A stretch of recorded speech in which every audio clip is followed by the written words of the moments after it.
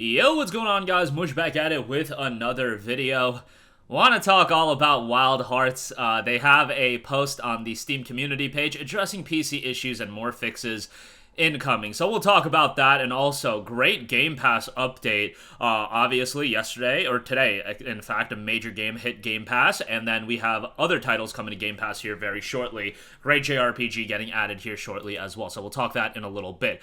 But first of all, Wild Hearts, you guys know the deal. This game is a train wreck on PC, to put it mildly. Addressing PC issues, more fixes are incoming. Good news, hunters. I feel like the way they worded it is just, I hate it, because it's like, good news, hunters, we're fixing a game that should have been fixed from the get-go. But yeah, I get it. Like, whoever is putting out these community posts probably has nothing to do with this, but nonetheless. Patch has just been deployed to PC today that addresses the following issues, including fixes to address frame rate performance. Fixed an issue where certain high-end CPUs were being unintentionally capped. High-end PCs should see some performance improvements now. Fixed an issue where some sounds were not playing or were being delayed, causing the audio to stack. The audio stacking issue was also causing strain on players' CPU. As a result of this fix, players should see performance improvements across the board. The workaround using 5.17.1 audio is no longer necessary on PC. Setting default resolution to 16:9 1080p on first boot. The recommended spec for Wild Hearts is aligned to 16:9 1080p display for first-time users.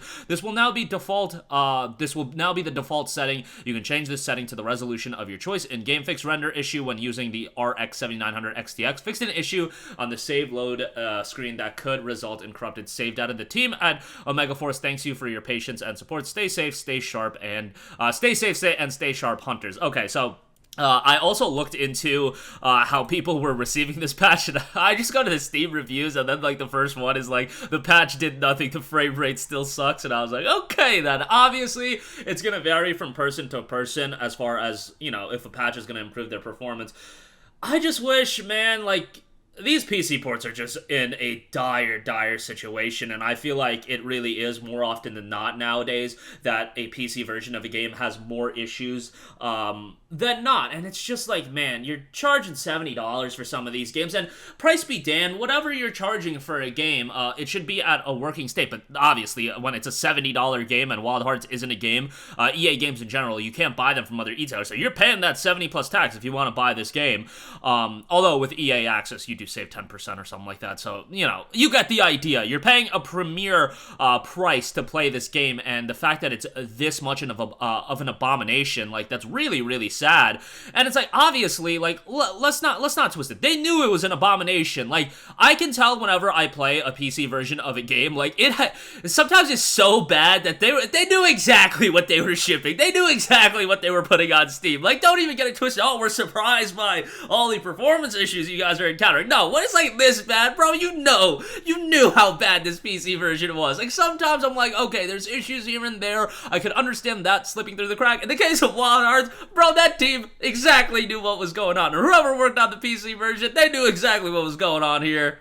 And, like, sometimes it's just like, man, why not just delay the game? Like, delay the game by a month and a half, 6 weeks. Is that gonna kill you? Ultimately, it's gonna improve the game. It will help the sales numbers, because guess what happened now? A bunch of people probably bought this game and then they immediately refunded it because it's an atrocity on PC. And, you know, are they gonna jump back in and give it another shot? Probably not. I mean, there's so many games coming out that first wave is when you get that's when you get the most amount of buzz. When it first drops on PC, that's when you're usually gonna get the most buzz. There's, you know, rare exceptions here or there where games will beat their previous all-time peak, but generally speaking, it's within that first 24 hours, and you really want to make sure within that first 24 hours you're leaving as good of an impression as possible. And with games like Wild Hearts, Callisto Protocol, it's just like a dire situation. I get it, Callisto Protocol got fixed rather quickly, but the case of Wild Hearts, man, and the sad thing about Wild Hearts is I was playing it with the EA trial, and I was like, I was really enjoying the game. I'm like, this game, like, actually playing the game, it's an enjoyable game, and I'm not super into the Monster Hunter style games, but I was like, man, this is, like, fun to play. That first, like, boss encounter that you have, I'm like, okay,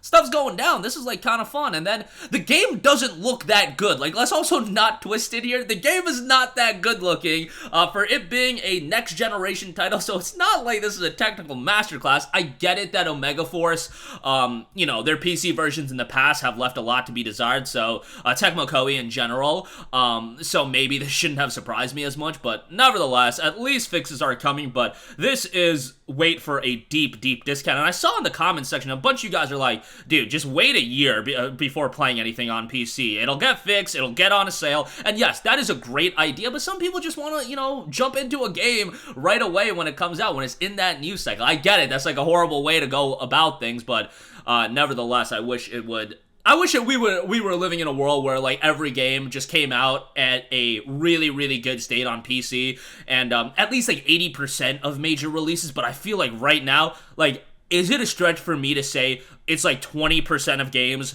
come out at a really solid state on PC?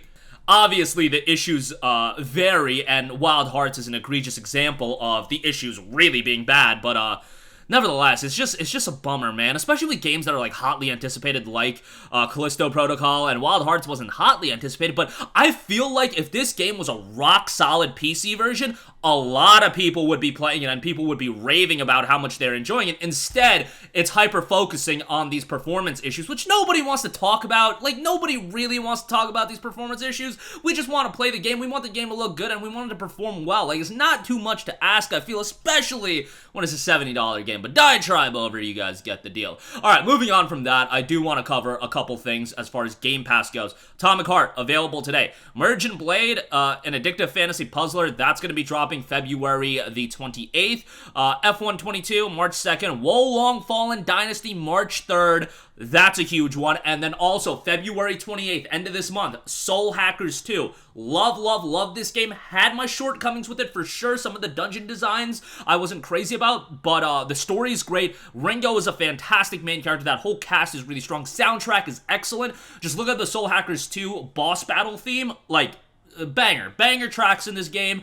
Really good soundtrack, really good style to it as well. More of a mature story, so know what you're getting yourself into. I enjoyed it. Solid turn-based battle system as well. Had a good time with it again, and the fact it's in Game Pass is another major addition that they just kind of slipped in there. They're like, hey, Soul Hackers 2, dropping into Game Pass. I mean, it's only been 6 months since this game came out, so it getting added to Game Pass, major addition there, and it seems like Sega and Microsoft do have a solid working relationship right now with all the Persona games being a part of Game Pass, and now Soul Hackers 2 as well.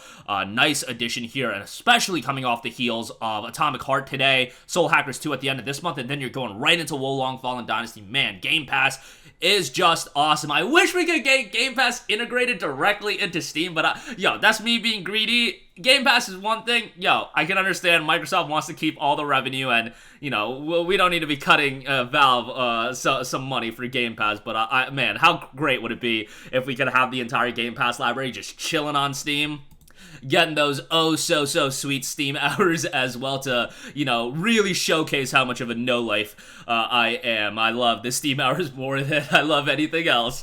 Nevertheless, nice update for Game Pass. So that's going to do it for me, guys. Again, Wild Hearts, just a bummer of a situation. I agree with everybody in the comment section that's like, yo, just wait a year to play this game. It'll get better. But, yeah, you know, this is a game, actually, in a year, this will probably get added to EA Access as well, the subscription service. Like, the full game will get added, so that is a good call by everybody saying that. And also Game Pass getting a really, really nice update.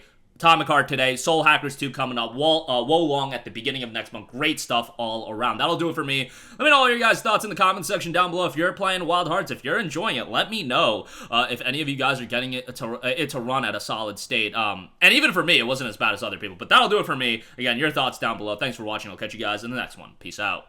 Hey, what's going on, guys? Mush here again. Hope you enjoyed the video. As you guys might know, YouTube's notification system is sometimes a little bit wonky, even if you're subscribed to the channel. Maybe you're not abundantly aware that I uploaded a video. To remedy that situation, make sure you hit the bell notification button. This way, whenever I upload a new video, and I try to upload as consistently as possible, you will be notified directly of the upload, and you can watch it as soon as it goes live. I would really appreciate if you guys hit that button so you can stay up to date with all of the content I'm posting. But as always, guys, thanks for watching, and I'll catch you guys in the next one. Peace out.